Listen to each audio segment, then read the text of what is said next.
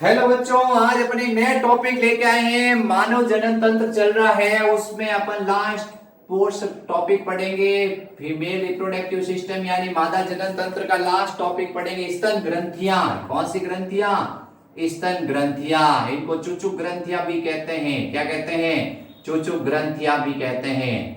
आपको सबसे पहले बताना है ये स्तनधारियों का अभिलाक्षणिक मेन स्तनधारी है उनका लक्षण है। ये स्तनधारियों का अभिलाक्षणिक गुण है, यानी स्तनधारियों के अंदर ये पाया जाता है, मेन कैरेक्टर है। कभी भी आपसे पूछा कि आप स्तनधारी हो, आप बताओगे हाँ, ये पक्षियों में नहीं होता है, ये किसी प्रकार के रेप्टाइल में नहीं होता है। सिर्फ जो स्तनधारी प्राणी है, स्तनधारी प्राणियों का ये अभिलाक्षणिक गुण है। सबसे पहला मेन इंपॉर्टेंट पॉइंट यहीं से पुटअप होता है क्वेश्चन कि स्तनधारियों के 3 लक्षण लिखो। तो आप लोग 3 लक्षण कौन कौन से लिखते हो? सबसे पहला लक्षण आप लिखते हो शरीर पर बाल होना, दूसरा आप लिखते हो अपने समान बच्चे देना जरायुज, और तीसरा लक्षण है स्तन ग्रंथियां, जिससे ये नवजात शिशु को पोषण प्रदान मिलता है। ठीक है, फिर उसके बाद ये मेन आपके क्वेश्चन यहां से पुटअप होता है कि स्तनधारियों का लक्षण बताओ, स्तनधारियों का मेन कैरेक्टर बताओ। तो आपको बताना स्तनधारियों का मेन कैरेक्टर है स्तन ग्रंथि, उसका अपन स्टडी करेंगे। ये अपन मादा जनन तंत्र पढ़ रहे हैं। मादा जनन तंत्र मानव जनन पार्ट 3 चल रहा है। पार्ट 3 का आखिरी टॉपिक है मादा जनन तंत्र का स्तन ग्रंथियां। ये आपको बताना है एक जोड़ी होती है, एक जोड़ी होती है। ठीक है, 1 पेयर। ठीक है, मानव की बात कर रहे हैं अपन, और किसी की बात नहीं कर रहे हैं। एक जोड़ी होती है, मानव मादा में बात कर रहे हैं। ठीक है, फिर उसके बाद आपको बताना है ये वक्ष भाग में पाई जाती है। ये कहां पाए जाते हैं? वक्ष भाग के अंदर पाई जाती है स्तन ग्रंथियां। अंश जो अपन कह रहे हैं अंश मसल्स होती हैं, जो अंश में मसल्स पाई जाती है, अंश पेशी होती है। अंशीय पेशी के ठीक ऊपर स्थित होती हैं, अंशीय पेशी के ठीक ऊपर स्थित होती है। ठीक है, अब अपन कह रहे हैं इसमें होता क्या क्या है। इसमें ये अंशीय पेशी है, और इसके अलावा इसमें क्या होगा, यहाँ पर ये रिब्स होगी, मांस अपन कह रहे हैं जो पसलियां होगी, पसलियों के ऊपर यहाँ पर इस तरह से स्थित होगी। ठीक है, ये इस तरह का ये स्तन ग्रंथि होगी। स्तन ग्रंथि के अंदर 2 चीजें आपको दिखाई देगी।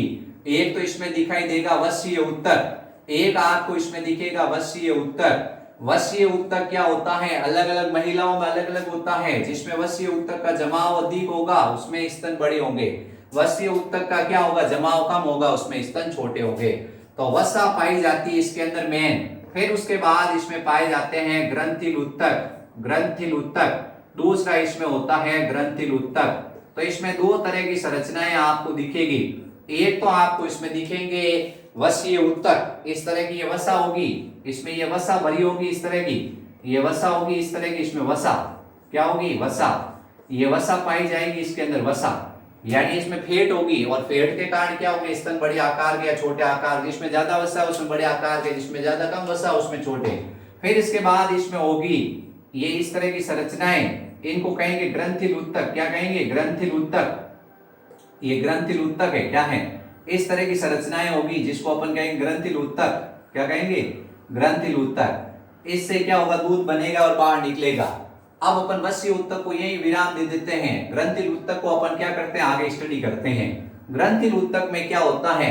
ग्रंथिल उत्तक में 15 से 20 आपको बताना पालियां होती हैं, जिनको अपन कहते हैं स्तन पालियां। क्या कहते हैं? स्तन पालियां। तो ग्रंथिल उत्तक में कितनी पालियां होती हैं? 15 से 20 स्तन पालियां पाई जाती हैं। ग्रंथिल उत्तक में कितनी पालियां होती है? 15 से 20। मैंने 1, 2 और 3 बनाई हैं।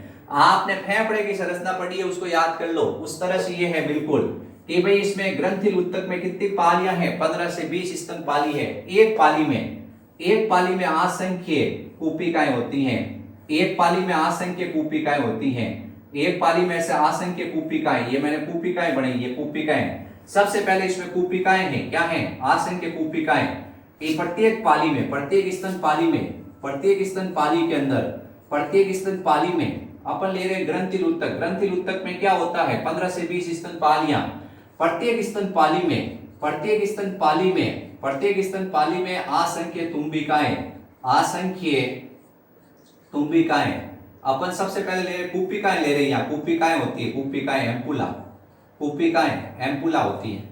एम्पुला के अंदर क्या होता है, एम्पुला के अंदर आपको बताना है विशेष प्रकार की कोशिकाएं होती हैं जो दुग्ध का स्त्रावण करती हैं। स्रावित कोशिकाएं, कुछ विशेष प्रकार की ऐसी कोशिकाएं होती हैं, ऐसे कोशिकाएं होती हैं। ये कोशिकाएं इसके अंदर तुम्बिका जो है कूपिका, उस कूपिका में कोशिकाएं हैं जो स्रावित कोशिकाएं होती है जिससे दुग्ध निकलता है। जिससे क्या निकलता है, दुग्ध निकलता है। इस कूपिका के बीच में खाली जगह होती है जिसको कहते हैं अवकाशिका। क्या कहते हैं, अवकाशिका, अवकाशिका। इसमें दूध इकट्ठा होता रहता है, इसमें दूध इकट्ठा होता रहता है अवकाशिका में। तो कूपिका, कूपिकाएं कितनी हैं, कूपिकाएं असंख्य हैं। कूपिकाओं के अंदर कैसी कोशिकाएं हैं, स्रावित कोशिकाएं हैं, कुछ पदार्थ स्रावित करने वाली कोशिकाएं हैं, यानी ग्रंथिल कोशिकाएं हैं। इसमें कैसी कोशिकाएं, कूपिका में ग्रंथिल कोशिकाएं हैं। ग्रंथिल कोशिकाओं से क्या निकलेगा, ग्रंथिल कोशिकाओं से दुग्ध निकलेगा। दुग्ध कहाँ इकट्ठा होगा, दुग्ध आपको बताना इकट्ठा होगा अवकाशिका में। कहाँ इकट्ठा होगा, अवकाशिका कहाँ है, कूपिका के बीच में है। अब इसके बाद इससे निकलेगी, इससे क्या निकलेगी, इससे आपको बताना है ये पहले निकलेगी विशेष प्रकार की नलिकाएं। क्या निकलेगी, नलिकाएं, जिनको अपन कहेंगे स्तन नलिकाएं। क्या कहेंगे, स्तन नलिकाएं, या अपन कह सकते हैं इनको स्तन नलिकाएं निकलती है। मेमोरी ट्यूबल्स, स्तन नलिकाएं निकलती हैं। स्तन नलिकाएं आपस में मिलती हैं और एक बड़ी नलिका बनाती हैं जिसको कहते हैं स्तन वाहिनी। क्या कहते हैं, स्तन वाहिनी। पहले निकलती है ट्यूबल्स, फिर बनती है आपस में स्तन नलिकाएं, मिलती है स्तन वाहिनी। स्तन वाहिनी आपस में मिलती हैं और क्या बनाती हैं, तुम्बिका। क्या बनाएगी, स्तन वाहिनी आपस मिलेगी और क्या बनाएगी, तुम्बिका। क्या बनाएगी, तुम्बिका। क्या बनाएगी, तुम्बिका, एम्पुला। और फिर तुम्बिका है वो आगे क्या होगी, वो तुम्बिका आगे आपको बताना मिलेगी और क्या बनाएगी, लैक्टिफेरस वाहिनी, लैक्टिफेरस डक्ट, लैक्टिफेरस वाहिनी। और लैक्टिफेरस वाहिनी कहाँ खुलेगी, चूचुक के अंतिम सिरे पर, चूचुक पे खुलेगी। चूचुक उभरा हुआ भाग होता है, चूचुक उभरा हुआ भाग होता है स्तन पर, उसके चारों ओर ऐसे काली काली वर्णांकी क्षेत्र होता है, ठीक है, जिसको अपन कह रहे हैं एल्यूलर प्रदेश। क्या कहते हैं, एल्यूलर क्षेत्र कहते हैं, ठीक है। ये ध्यान रखना आपको मार्ग। सबसे पहले क्या हुआ, सबसे पहले आपने कहा कि स्तन ग्रंथियां स्तनधारियों का अभिलाषणी गुण है। फिर आपने बताया एक जोड़ी होते हैं वक्ष भाग में, अंशीय पेशी के ऊपर स्थित होते हैं। फिर इसके दो भाग है, वसीय उत्तक और ग्रंथिल उत्तक, वसीय उत्तक और ग्रंथिल उत्तक। अब अपन कह रहे हैं कि वसीय उत्तक है उसके कारण स्तनों का आकार बड़ा और छोटा होता है। फिर अपन ग्रंथिल उत्तक, ग्रंथिल उत्तक में कितनी पालियां, ग्रंथिल उत्तक में 15 से 20 स्तन पालियां, ग्रंथिल उत्तक में कितनी पालियां, 15 से 20 स्तन पालियां, ठीक है। ये ध्यान रखना, प्रत्येक पाली के अंदर, प्रत्येक पाली के अंदर बहुत सारी कूपिकाएं, बहुत सारी कूपिकाएं। कूपिकाएं आपस में क्या होती हैं, कूपिकाओं के अंदर ग्रंथिल कोशिकाएं होती हैं जो दुग्ध स्त्रावण करता है, जो अवकाशिका में इकट्ठा रहता है। फिर उसके बाद अपन कहते हैं कूपिकाएं किस में खुलती हैं, स्तन नलिकाओं में। स्तन नलिका किस में खुलती है, स्तन वाहिनी में। स्तन वाहिनी आगे किस में खुलती है, तुम्बिका में। तुम्बिका आगे किस में खुलती है, लैक्टिफेरस वाहिनी में। लैक्टिफेरस वाहिनी कहाँ खुलती है, चूचुक में खुलती है। कहाँ खुलती है, चूचुक में। किसमें खुलती हैं, चूचुक में खुलती हैं। चूचुक क्या है, एक उभरा हुआ भाग है। क्या है, उभरा हुआ भाग होता है, वर्णांकित भाग होता है, ठीक है। अब अपन इसको एक बार और डायग्रामेटिक एक्सप्लेन करते हैं किस तरह से क्या होगा। बच्चों आप लोग कंटिन्यूस स्टडी रखो, अपने क्या करना है, एकदम बढ़िया याद करना है स्तन ग्रंथियों को। स्तन ग्रंथियों में से कैसे क्वेश्चन आए, स्तन प्रथम बार जो स्तन निकलता, दुग्ध निकलता, उसको कहते हैं कोलेस्ट्रम। क्या कहते हैं, कोलेस्ट्रम कहते हैं। ये सवाल ध्यान रखना, ये स्तन ग्रंथियां हैं उसको अपन समझ लेते हैं किस तरह से क्या होगा। सबसे पहले अपन कहेंगे स्तन ग्रंथियों में कौन सा उत्तक है, ग्रंथिल उत्तक है। कौन सा उत्तक है, ग्रंथिल उत्तक। ग्रंथिल उत्तक के अंदर कितनी पालियां हैं, 15 से 20 पालियां हैं। कितनी है, 15 से 20 पालियां हैं। इन पालियों को क्या कहते हैं, स्तन पालियां। क्या कहते हैं, स्तन पालियां। एक स्तन पाली बना रहे हैं अपन, ये स्तन पाली है। क्या है, स्तन पाली है। स्तन पाली में बहुत सारी कूपिकाएं, स्तन पाली में बहुत सारी कूपिकाएं, बहुत सारी एल्विलोइस। स्तन पाली में बहुत सारी कूपिकाएं, क्या है, कूपिकाएं हैं, कूपिकाएं हैं। कूपिकाओं के अंदर क्या होती है, ग्रंथिल कोशिकाएं। कूपिकाओं के अंदर क्या होती है, ग्रंथिल कोशिकाएं। कूपिकाओं के अंदर क्या होती है, ग्रंथिल कोशिकाएं। और कूपिकाओं के बीच में खाली जगह है, उसका नाम क्या है, अवकाशिका, ल्यूमेन। उसके अंदर क्या इकट्ठा रहता है, दुग्ध इकट्ठा रहता है, ठीक है। इस तरह से ये क्या है, ग्रंथिल कोशिकाएं हैं। क्या है, ग्रंथिल कोशिकाएं हैं। और बीच में खाली क्या जगह है जिसका नाम है काशिका है। फिर उसके बाद आपको बताना इससे क्या निकलेगा, इससे निकलेगी ये स्तन वाहिनी। पहले निकलेगी नलिका, क्या निकलेगी, ट्यूबस। ये इस तरह से स्तन ट्यूबस, स्तन नलिकाएं। स्तन नलिकाएं आपस में मिलेगी, क्या बनाएगी, स्तन वाहिनी। क्या बनाएगी, स्तन वाहिनी। स्तन वाहिनी आगे क्या होगी, आपस में मिलेगी और क्या बनाएगी, एम्पुला, तुम्बिका, स्तन तुम्बिका। स्तन तुम्बिका आगे मिलेगी, स्तन तुम्बिका आगे मिलेगी और क्या बनाएगी, स्तन तुम्बिका आपस में मिलेगी और क्या बनाएगी आगे, लेक्टिफेरस वाहिनी। थोड़ी बड़े आकार की बनाते हैं, क्या बनाते हैं, बड़े आकार।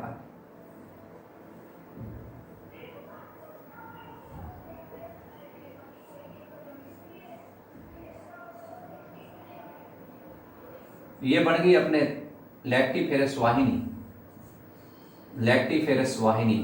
इनकी संख्या 15 से 20 होती है। जितनी तुम्बिका उतनी ये लेक्टिफेरस वाहिनी। और ये सब कहाँ खुलती हैं, ये सब चुचुक में खुलती हैं, चुचुक में छिद्रों द्वारा खुलती हैं, ठीक है। और जब बच्चा दूध पीता है तो इनसे बाहर आ जाता है दूध, शक करके, ठीक है, चूस लेता बच्चा।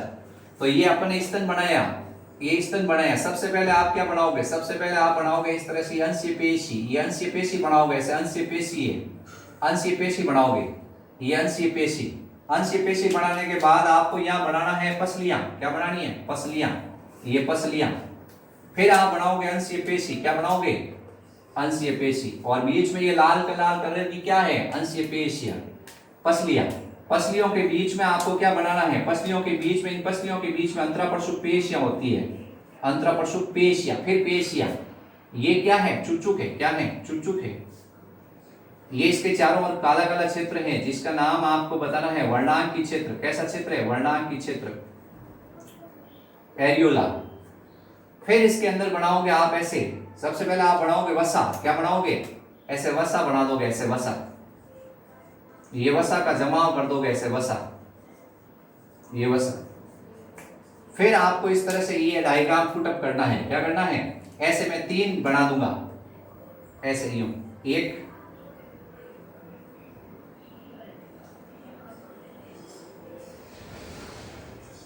2 ये 3, ऐसे 15 से 20 होते हैं। कितने होते हैं, 15 से 20 होते हैं। ये क्या है, ये सबसे पहले कूपिका। क्या है, कूपिका, ये कूपिकाएं हैं। फिर ये क्या है, स्तन वाहिनी है। क्या है, स्तन वाहिनी। पहले स्तन नलिका है। क्या है, नलिका है। फिर नलिका के बाद क्या है, स्तन वाहिनी। क्या है, वाहिनी। फिर यहां थोड़ी पुली भी बना देना, कुंभिका। क्या है, फिर आखिर में क्या है, लेक्टिफेरस नलिका। क्या है, लेक्टिफेरस वाहिनी, लेक्टिफेरस वाहिनी। इस तरह से ये क्या होता है, दुग्ध है वो गमन करता है। सबसे पहले बनेगा कहाँ, कूपिका में, फिर आएगा कहाँ, वाहिनी में। वाहिनी से कहाँ आएगा, पहले नलिका में आएगा, नलिका से कहाँ आएगा, वाहिनी में, वाहिनी से कहाँ आएगा, तुम्बिका में, तुम्बिका से कहाँ आएगा, लेक्टिफेरस वाहिनी में। इस तरह से ये गति होगी दूध की। तो आपको ये एक्सप्लेन करना है स्तन ग्रंथियां। क्या एक्सप्लेन करना है, स्तन ग्रंथियां या चुचुक ग्रंथियां। तो इसमें ग्रंथिल उत्तक है, उसका थोड़ा बहुत वर्णन है। ग्रंथिल उत्तक के बारे में आपको ध्यान रखना है कि इसमें क्या होता है, कूपिकाएं, कूपिकाओं के बाद स्तन नलिका, स्तन नलिका के बाद स्तन वाहिनी, स्तन वाहिनी के बाद स्तन तुम्बिका, फिर लेक्टिफेरस वाहिनी। ये स्तन नलिका आपस में मिलेगी, स्तन वाहिनी, स्तन वाहिनी आपस में मिलेगी, स्तन तुम्बिका, स्तन तुम्बिका थोड़ी फुली हुई आपस में मिलकर लेक्टिफेरस नलिका, लेक्टिफेरस वाहिनी। और लेक्टिफेरस वाहिनी शरीर मूत्र इससे बाहर निकल जाएगी। आपको बताना बच्चा क्या करेगा, मुंह लगाकर यहाँ से दूध को चूस लेगा, ठीक है, ये ध्यान रखना है। ये स्तन ग्रंथियां होती है, इसके आकार का नियंत्रण हार्मोन द्वारा होता है। किसके द्वारा, हार्मोन द्वारा। थैंक यू बच्चों, आप वीडियो को लाइक करें, सब्सक्राइब करें और शेयर करें और अपने दोस्तों को ज्यादा से ज्यादा बताएं और मेरे से जुड़े रहें। मैं आपके लिए कंटिन्यूस वीडियो डालता रहूंगा और आप लोग इसी तरह प्रगति करते रहो, बढ़ते रहो, आप आसमान की नई ऊंचाइयां छूते रहो। मेरी यही दुआ है आने वाले भविष्य के आप डॉक्टर बनो। Thank you.